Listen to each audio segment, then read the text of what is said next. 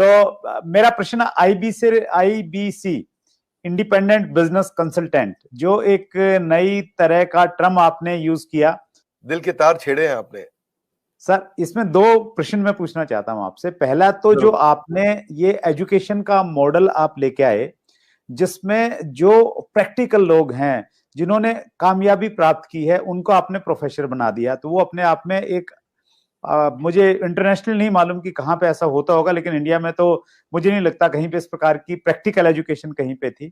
और उसके बावजूद जो आईबीसी मॉडल आप लेके आए कि आप लोगों के पास में जाइए और हर व्यक्ति को उसकी डिटेल जानकारी मिले कि कोर्स में क्या मिलेगा, तो इस बदली हुई परिस्थिति में सर आईबीसी मॉडल के लिए आप क्या स्कोप देखते हैं सर? देखो, सबसे पहले मैं बताना चाहूंगा आपको कि आईबीसी मॉडल जो है ना, उसमें मेरी सारी रेपुटेशन जुड़ी हुई है सर। उसमें मेरी साख जुड़ी हुई है, उसमें मेरी सारी क्रेडिबिलिटी जुड़ी हुई है। तो आईबीसी मॉडल कभी गलत ना चला जाए, कभी कोई गलती ना हो जाए, उसके लिए मैं सबसे ज्यादा जान लगाता हूं। क्योंकि अगर आईबीसी मॉडल में थोड़ी सी भी कमी रह जाती ना, तो लोग बहुत दुखी हो जाते। तो मैं क्या करता हूं, मैं फीडबैक से बहुत काम करते रहा हूं। We all need people who give us feedbacks. Feedback is a breakfast of a champion. So customer feedback के कारण ही उबर इंप्रूव किया है। सो कस्टमर को सेंट्रल पोजीशन पर रखना चाहिए। तो जो आईबीसी है हमारी कंपनी के सेंट्रल पोजीशन में है। आईबीसी एक मॉडल खाली सेल्स का नहीं, आईबीसी मॉडल है एक आदमी को, एक सोलोप्रेन्योर को, एक एंटरप्रेन्योर को एंटरप्रेन्योर की जर्नी पे कैसे लेके जाएं। क्योंकि सेटिस्फाइड कस्टमर आपके साथ रहेगा। तो हमने क्या किया, हम इस डेटा को बहुत स्टडी करना शुरू किया। तो हमारे जो आईबीसी बनते हैं, ज्यादातर उनकी एज है 15 साल से 35 साल के बीच में, ये लोग हमारे आईबीसी बनते हैं। और जब भी आईबीसी बनते हैं तो उसके बाद फिर जो है ना, the best way to look back is to get the feedback. तो मैंने फीडबैक पे काम किया, एनपीएस पे काम किया, नेट प्रमोटर स्कोर पे, लॉयल्टी स्कोर पे। और उस पर जब काम किया, जितना मेरा नेट प्रमोटर स्कोर, मेरा लॉयल्टी स्कोर, मेरे जो आईबीसी जितने मेरे साथ लॉयल रहेंगे, जितना मैं उनको अपने साथ में रोक सकूंगा, तो मेरे को सारी एक्यूरेट मेथोडोलॉजी बिल्ड करनी थी, यूनिवर्सल मेथोडोलॉजी बिल्ड करनी थी कि मैं फीडबैक लेते रहूं, उनसे बात करते रहूं।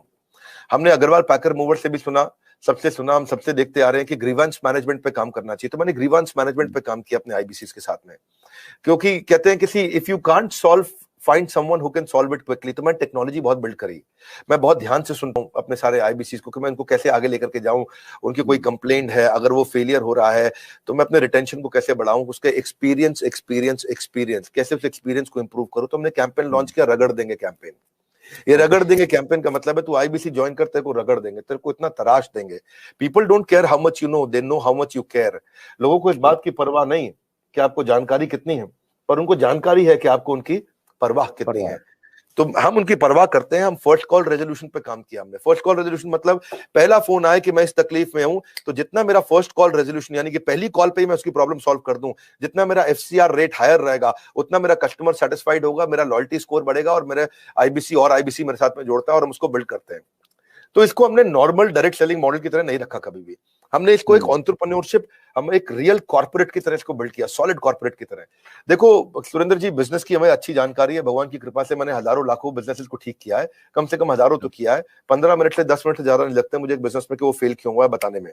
और उसके लिए लोग मुझको पैसा देते हैं, 15-15 मिनट के बहुत पैसा देता है लोग मेरे को आज। तो अगर इतना बिजनेस की जानकारी है तो कुछ तो अपने बिजनेस में भी उसको इन्वेस्ट करते हैं हम लोग।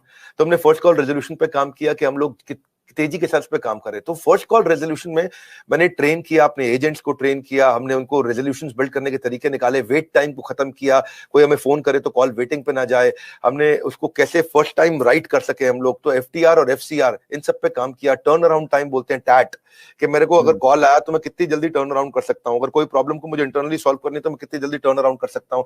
तो आईबीसी के लिए मैंने पूरा कॉर्पोरेट बिल्ड कर दिया, देश के टॉप लीडर्स लेके आया। मेरी जो सर्विस हेड है वो पहले एयरटेल की सर्विस हेड हुआ करती थी। हमारे जो सर्विस मैनेजर्स हैं, कोई स्विगी से आया है, कोई जोमेटो से आया है, कोई सर्विस मैनेजर वहां से आया, क्या बोलते हैं, ओला से आया, कोई उबर से आया, कोई कहीं से आया, सब जगह से हमने बेस्ट टॉप स्टार्टअप से हमने सारे सर्विस मैनेजर्स लिए।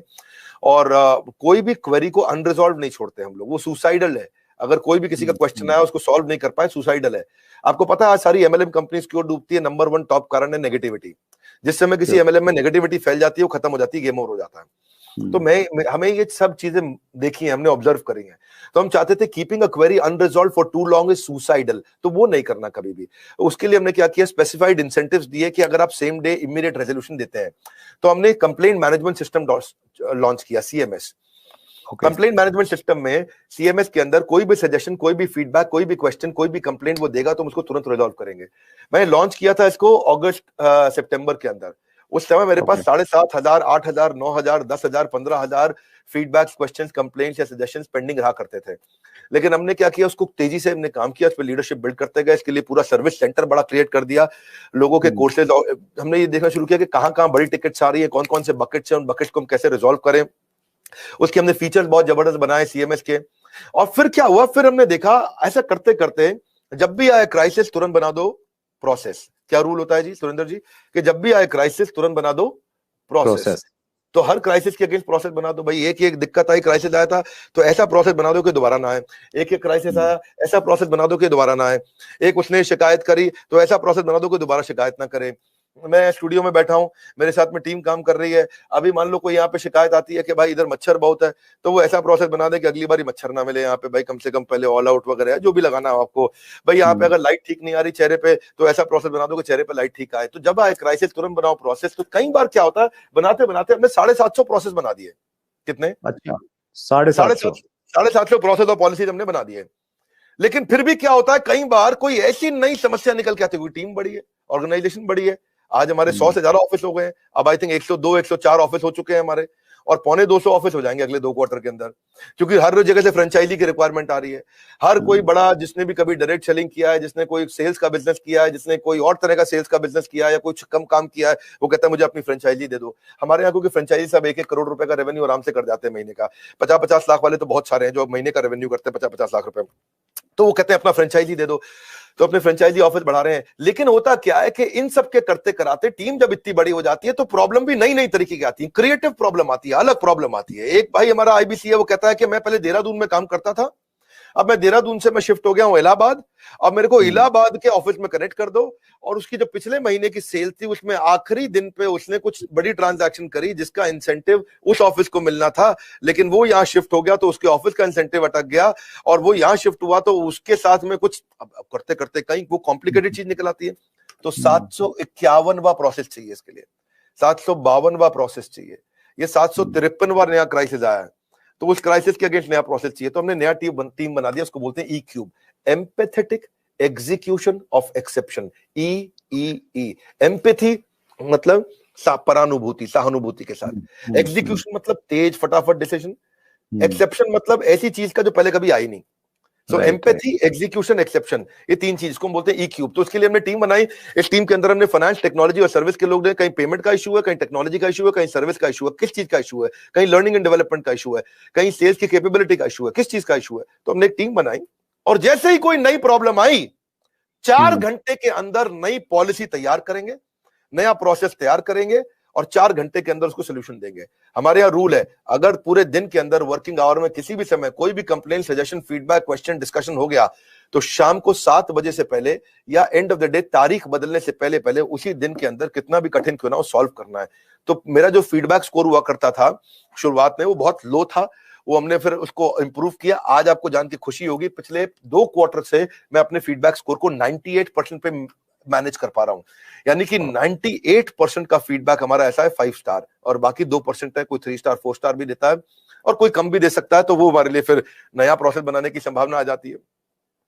तो अच्छा लगता है, आईबीसी का मॉडल हमारा बहुत अच्छा चल रहा है।